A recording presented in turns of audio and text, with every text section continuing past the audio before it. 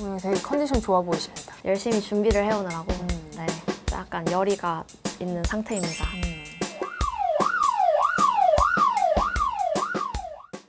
오늘은 산림청 이야기를 해주실 거죠? 네, 산림청 얘기가 한동안 막 바람처럼 휘몰아쳤죠. 뭐 오마이뉴스, 조선일보 이런 데서 기사가 막 나오고 막 민둥산이 된 사진을 보여주면서 산림청이 탄소 중립을 하려고 하는데 이렇게 나무를 막 깎아내고 있다, 벌채하고 있다 이런 얘기가 있어서 굉장히 이슈가 됐었죠.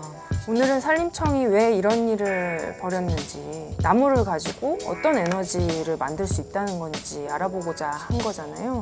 나무 벌채가 너무 주목을 받으면서 이 논의가 조금 다르게 흘러갔는데 뭐 산림 경영 쪽으로 좀 흘러갔는데 근본적으로 이 바이오매스라는 에너지원을 아셔야 합니다.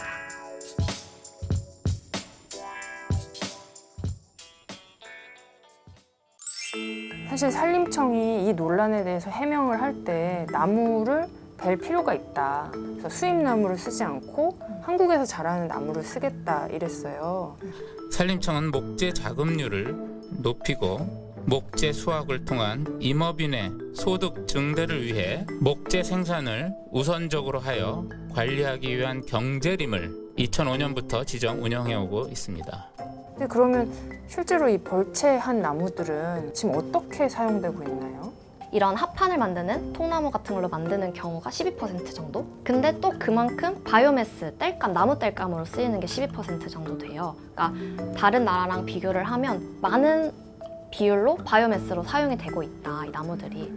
근데 이 12%의 그 바이오매스가 석탄 발전소에 가서 같이 태워지는 겁니다. 아니, 석탄 화력 발전소에는 석탄을 태워야지 왜 나무를 태워요? 이게 이제 석탄 일정량 비율 대신에 이 바이오매스, 그러니까 나무 땔감을 집어넣으면 그게 이제 재생에너지다라고 이제 보는 거예요.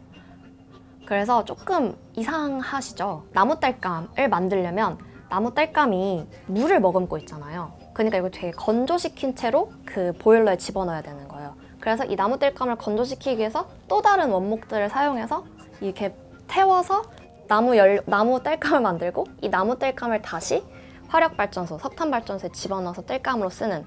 나무에서 에너지를 얻기 위해서 네. 이 나무를 마치 이제 세탁기 건조기처럼 물을 바짝 말리고 건조기를 돌리기 위해서 또 다른 나무를 넣어서 맞습니다. 건조를 시킨다는 거죠. 바이오매스가 사실 재생에너지로 인정받는 이유가 석탄을 대체할 수 있다는 이유잖아요. 맞아요. 그렇지만 사실 말씀만 들어서는 그 과정 내내 탄소가 발생할 것 같은데요. 그렇죠. 사실상 석탄 발전소보다 바이오매스 발전이 거의 2배에 달하는 온실가스를 내뿜는다, 이렇게 말씀하시는 분들도 있으세요. 2배나 내뿜는데 재생에너지를. 그렇게 보면 산림청에서 이제 이 바이오매스 연료로 탄소 배출량을 줄이겠다라고 말한 건 좀 기만에 가깝습니다.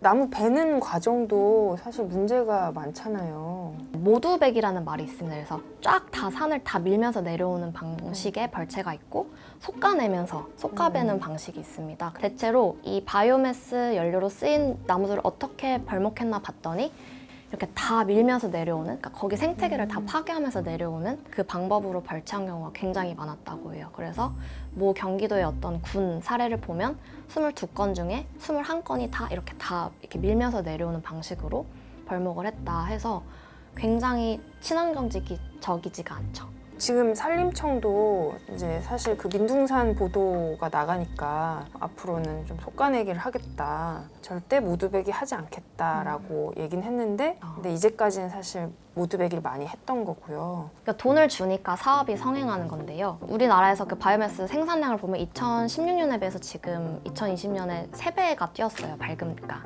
바이오매스 생산량이. 왜 그런가 하면 우선 임업 보조금을 주고요.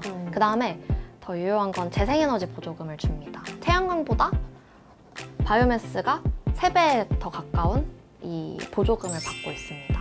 산림청의 탄소 중립 전략 이면에는 이 바이오매스와 관련된 문제가 숨어져 있는 것 같아요. 지금 일단은 산림청이 여론의 문매를 막고 탄소 중립 전략을 원점에서 재검토하겠다 한 상황이잖아요. 저희 사이렌도 이 이슈를 계속 지켜봐야 될 것 같습니다.